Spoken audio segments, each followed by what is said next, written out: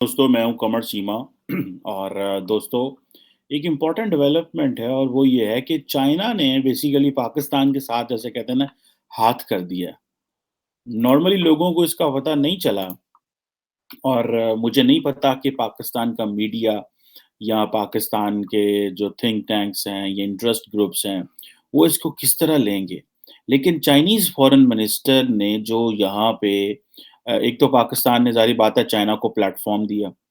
और चाइना को प्लेटफ़ॉर्म देने का मकसद ये था कि एक तो दुनिया को बताया जा सके कि जी चाइना पाकिस्तान के ताल्लुकात बहुत अच्छे हैं और प्लेटफ़ॉर्म दिया ओआईसी के सामने। इसमें आपको पता है कि अरबी भी नाराज़ हो गए और आपको पता है कि सऊदी फ़ॉरेन मिनिस्टर और कुछ और फ़ॉरेन मिनिस्टर जो थे, वो चले गए और वो परेड भी देख के नहीं गए। ख़ैर एनी हो ये भी एक स्टोरी है कि उन्होंने परेड क्यों नहीं देखी। आई थिंक कुवैती थे और कुछ और अरब ममालिक के तुर्की के फॉरेन मिनिस्टर जो थे, वो भी चले गए और उन्होंने भी परेड नहीं देखी और उनको पता था शायद कि एक तो शायद हो सकता है कोई मसरूफ़ियत हो, लेकिन जितने हमारे करीबी ताल्लुकात हैं टर्की के साथ और सऊदी अरब के साथ, तो वो जो हमने सऊदीज़ और टर्की जो नहीं रहे यहाँ पे, वो भी एक क्वेश्चन मार्क है कि सऊदी फॉरेन मिनिस्टर का टर्किश फॉरेन मिनिस्टर का यहाँ पे ना रहने का क्या मकसद था?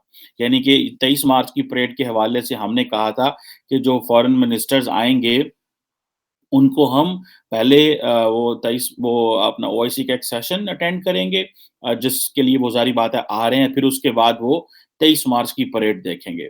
तो उसमें चाइनीज़ फॉरेन मिनिस्टर वांग जी तो वहाँ मौजूद थे, लेकिन कोई और फॉरेन मिनिस्टर जो कि इम्पोर्टेंट कंट्रीज़ के वो नहीं मौजूद नहीं थे, बाकी काफ़ी वैसे फॉरेन मिनिस्टर्स वहाँ पे मौजूद थे। तो इट मीन्स कि सऊदीज़ और टर्क्स जो हैं वो नाराज़ हुए और एक दिन वो रात रह के वो चले गए। खैर ओआईसी की क्या कन्क्लूज़न हुआ वो तो हमने आपको कल मैंने जो वीडियोज़ हमने बनाई उसमें आपको पता चल गया। ये OIC is equal to 0 plus 0 is equal to 0 लेकिन ज़ाहिर बात है और इमरान खान ने भी तो ओआईसी के फॉरेन मिनिस्टर्स को सामने बिठा के वो इंसल्ट की उन बेचारों की। जो बंदा वो सोचते होंगे हम कहाँ फँस गए हैं। इमरान खान के हाथों जो है वो हम फँस ही गए हैं कि जब भी ये हमें आगे बिठाता है और आके उल्टा हमारी ये इंसल्ट कर देता है इमरान खान कि ओआईसी कुछ नहीं कर सका, ये पेपर टाइगर है, मगरब हमारा मज़ाक उड़ाता है, सो एंड सो इस तरह की बातें जो उन्होंने की आपने देखी। लेकिन जो काम ਉਹ ਜਿਹਨੂੰ ਕਹਿੰਦੇ ਨਾ ਕੰਮ ਚੀਨ ਪਾ ਗਿਆ ਸਾਨੂੰ ਉਹ that is something to ponder upon. First of all उन्होंने कहा जी कि अब जो नॉर्मली लोगों को इसको समझ नहीं आएगी, लेकिन आप जितने इस वक़्त इंटरनेशनल हेडलाइन्स देखें तो उसमें एक ही चीज़ आ रही है कि China Pakistan share concern about sanctions on Russia. China says China कहता है कि चाइना और पाकिस्तान जो है, वो जो रशिया के बारे सैंक्शंस हैं, वो उसके बारे में कंसर्न्ड है। अब वो ज़ाहिर बात है जो स्टेटमेंट दी है उस पे हम उनको ना तो नहीं कह सकते थे, कि ये स्टेटमेंट आप इस्लामाबाद से ना दें, क्योंकि हमारे इतने सेंसिटिव ताल्लुकात हैं, इतनी मुश्किल से हम चाइनीज़ फॉरेन मिनिस्टर को पाकिस्तान लेके आए, ते उतों ਉਹ ਵੀ ਅਸੀਂ ਉਹਨੂੰ ਕਹੀਏ जनाब कि तुसी ये नहीं कह सकते, ठीक है? आप ये इस तरह की सेंसिटिव चीज़ नहीं कह सकते। और चाइना जो है वो ये एक इम्पैक्ट तो है। अब मेरा नहीं ख्याल कि पाकिस्तान के फॉरेन ऑफिस ने स्टेटमेंट को इस तरह जारी किया, लेकिन एक चीज़ तो बड़ी क्लियर है कि पाकिस्तान जो है वो टाइम एंड अगेन वो अमेरिकन्स को और वेस्टर्न पार्टनर्स को जो है ना वो उनके ऊपर क्वेश्चन मार्क लगा रहे हैं। और अमेरिका में और बाकी दुनिया में जो इस वक़्त समझा जा रहा है कि पाकिस्तान की जो फॉरेन पॉलिसी जो टिल्ट है, वो चाइना की तरफ हो गया दैट इज़ एस्टेब्लिश्ड।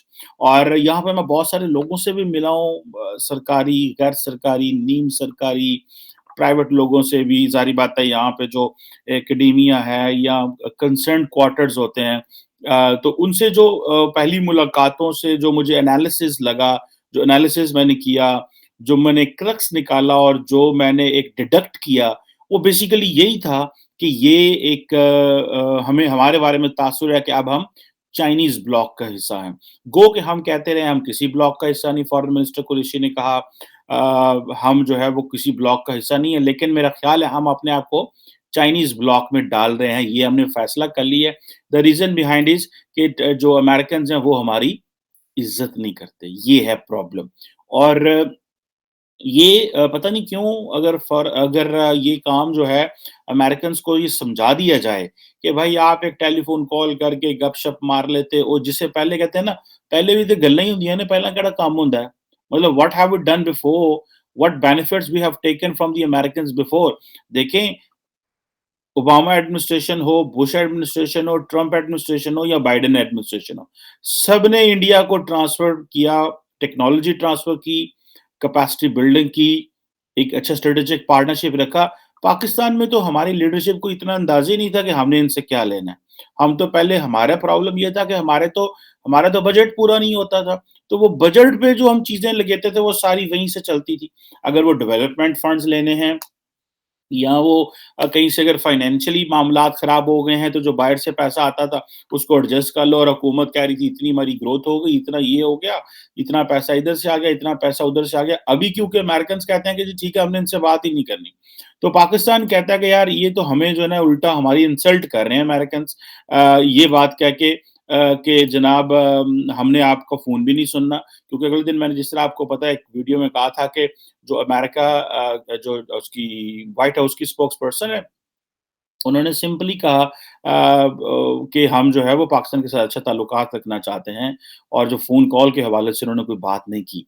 अब आप इमेजिन करें कि अमेरिकन व्हाइट हाउस हो या स्टेट डिपार्टमेंट इंतहाई डिसेंट स्टेटमेंट्स दे रहा है। मैंने नेड प्राइस की भी स्टेटमेंट्स फ़ॉलो की हैं पाकिस्तान के ऊपर, जो उन्होंने बड़ी इंपॉर्टेंट दी कि पाकिस्तान हमारा स्ट्रेटेजिक पार्टनर है, जब इमरान खान चाइना बैठा हुआ था। और अभी ये जो व्हाइट हाउस की स्पोक्स पर्सन है खातून, इन्होंने भी बड़ी डिसेंट स्टेटमेंट्स दी और बड़ी अच्छी स्टेटमेंट दी, लेकिन मुझे लग रहा है कि हमें बैलेंस करना नहीं आ रहा। हमारे पास हम फ्रस्ट्रेटेड हैं, ये एक फ्रस्ट्रेशन है। अब हम चाइना के कहने पे हम रशिया के साथ चले जाएँगे और चाइनीज़ फिर आपको पता है थका देते हैं। हमें आदत नहीं है थकने की। हम तो फटाफट तरलों पे आ जाते हैं कि नहीं हमें ये पैसा दो। मुझे याद है कि जब हमने कोई प्रोजेक्ट लेने होते हैं, तो हमारे जो मिनिस्टर्स जाते थे चाइना, तो इन्होंने लाहौर में एक प्रोजेक्ट लेना था green line I think rail rail project लेना था कोई। तो और ये सियासतदान प्रोजेक्ट भी सारे अर्बन एरियाज़ में लेते हैं ताकि ये इलेक्शन जीत सकें। तो अनफॉर्च्यूनेटली ये भी एक हमारे साथ ज़्यादती है। ख़ैर एनी हाउ तो इन्होंने क्या किया कि इन्होंने यहाँ से मिनिस्टर्स जाते रहे, प्रोजेक्ट माँगते रहे, उन्होंने कहा जी कि वो हम नहीं कर सकते। तो इन्होंने फिर प्रेज़िडेंट को भेजा कि हाईएस्ट लेवल पे एक बंदा भेजो, जो उसके प्रेज़िडेंट से बात करे और फिर उसको कहो कि ये जो ग्रीन लाइन प्रोजेक्ट है, $1 बिलियन प्लस है, ये हमारे शहर में लाहौर में डाल दो और इसको सीपैक का हिस्सा बना दो। अब ये तो हमारे साथ ज़्यादतियाँ हुई हैं, तो चीनी जो है ना वो फ्रस्ट्रेटेड भी हो जाते हैं। उनको पता है ये अपने प्रोमिसेस भी डिलीवर नहीं कर सकते, लेकिन समहाउ दे रिस्पेक्ट कि यार इनकी मिलिट्री बड़ी है, इम्पोर्टेंट प्लेयर है, इंडिया के नेबर हैं। गो के चाइना को जब इंडियंस भले कहते रहे कि टू फ्रंट वॉर है, जो भी होगी, लेकिन जब भी कोई मौका आएगा चाइना और पाकिस्तान का कोई ऐसा इत्तेहाद होने वाला नहीं है। ये मेरी अंडरस्टैंडिंग भी है, मेरी इन्फॉर्मेशन भी है मुझे इनपुट भी है इस हवाले से, थोड़ा जान-पहचान भी है। भले पाकिस्तान कोशिश करता है लेकिन चाइनीज़ इस हवाले से हमारा वो करीब नहीं आएँगे। हम हमारे पाकिस्तानियों के अंदर एक चीज़ होती है, वो जी 1962 में एक वॉर हुई थी जनाब, साइनो इंडिया वॉर और उस वक़्त जो है वो माहौल बना था तो ये हमारे पास एक ऑप्शन है, हम इसको चला सकते हैं, कर सकते हैं। देखिए हम तीनों के तीनों इंडिया, चाइना और पाकिस्तान जो है ना न्यूक्लियर पावर्स, तीनों। और कोई मुल्क भी मिसकैलकुलेशन नहीं कर सकता। ये इंडिया ने अभी मिसकैलकुलेशन थोड़े दिन पहले की है डेलिबरेटली। अभी आपको पता है ना जानबूझ के उन्होंने वो अपना एक मिसाइल छोड़ा बेसिकली। वो कहते थे है ना इंडियंस जो डिफेंस मिनिस्ट्री के लोग या इंडियन आर्मी के लोग कि जनाब वो हम रूटीन मेंटेनेंस और ये थी टेक्निकल मेल फंक्शन ऐसा कुछ भी नहीं था। दैट वाज़ ऑल प्लान्ड डिज़ाइन्ड कि जी पाकिस्तान में ये करना है हमने और बाद में एक स्टेटमेंट दे देंगे क्योंकि प्रोवोकेटिव तो हो नहीं सकते। अगर वो कहेंगे हमने किया है तो रिस्पॉन्स आ जाना है। पाकिस्तान ने भी कोई मिसाइल मार देना तो सिंपल सी बात है। तो उसका एक ही तरीकाकार ये है कि हम वो हमसे गलती होगी क्योंकि वो जी क्रूज़ मिसाइल है हमारा, उनका एग्रीमेंट भी कोई नहीं है। सो वो they played it very well and they played it deliberately उन्होंने इसको ये सारा प्ले किया। अब आप देखें कि ये जो चीज़ कह देना कि रशिया के ऊपर जो स्पिल ओवर इसकी सैंक्शंस का स्पिल ओवर इफ़ेक्ट हो सकता है और हम सीज़फायर के हामी हैं। अब शाह महमूद कुरैशी साहब जो स्टेटमेंट्स दे रहे हैं, उसके पाकिस्तान के लिए क्या कॉन्सिक्वेंसेज़ हो सकते हैं। हम क्यों एग्री हो गए वोंग यी साहब के साथ ये कहने के लिए कि पाइन तुसी जो है वो हमसे ये स्टेटमेंट क्यों दिलवा रहे हो? आपको पता है कि हमारे अमेरिका के साथ ताल्लुकात कैसे हैं, we are in difficult war जिसे कहते हैं ना डिफिकल्ट टेरेन के अंदर हम बैठे हुए हैं। सो हमें ये चीज़ें करना कराना ये एक का मेरा ख़्याल है दिस इज़ अनफेयर और इनको ये चीज़ नहीं कहनी चाहिए थी। हमें ये फँसा सकते हैं। हमें इस चीज़ को इंतहाई केयरफुली देखना चाहिए। अमेरिकन्स और वेस्टर्न पार्टनर्स की हमें ज़रूरत है।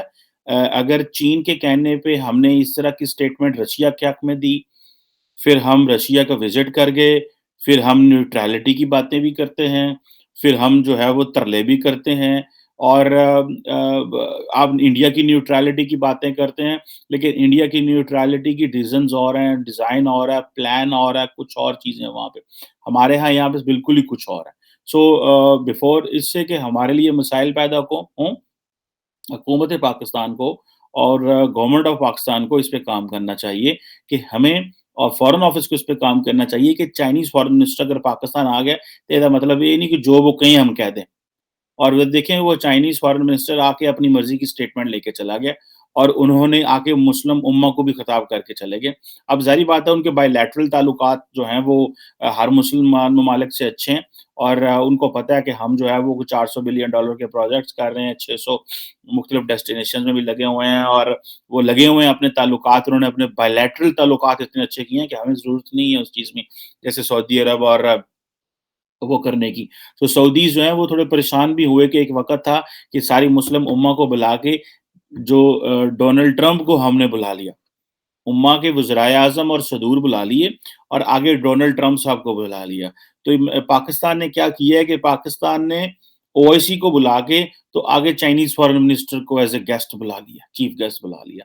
तो ये सऊदीज़ को भी बड़ी परेशानी है इस हवाले से कि ये क्या हुआ है, ये कैसे हुआ? इसीलिए वो परेड देखे बगैर ही शायद चले गए हैं, गुस्से में चले गए हैं या वो जितने भी मसरूफ़ हों, लेकिन अगर पाकिस्तान ने ये कैसे मुमकिन है कि पाकिस्तान उन्हें ना कहा हो कि आप परेड ना देख के जाएँ? So why they left it? तो ये और बल्कि सऊदी जो आर्मी है उनका तो एक दस्ता भी यहाँ पे मौजूद था। मैं रात को परेड देख रहा था, रात को यानी कि इधर अमेरिका में तो रात ही थी, पाकिस्तान में उस वक़्त सुबह था।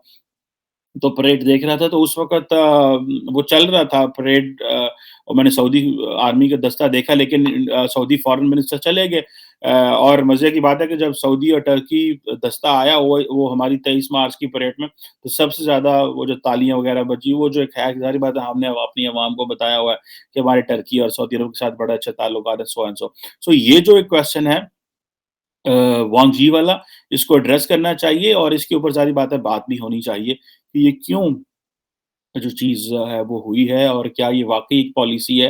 Let's see what comes out of this. Thank you very much.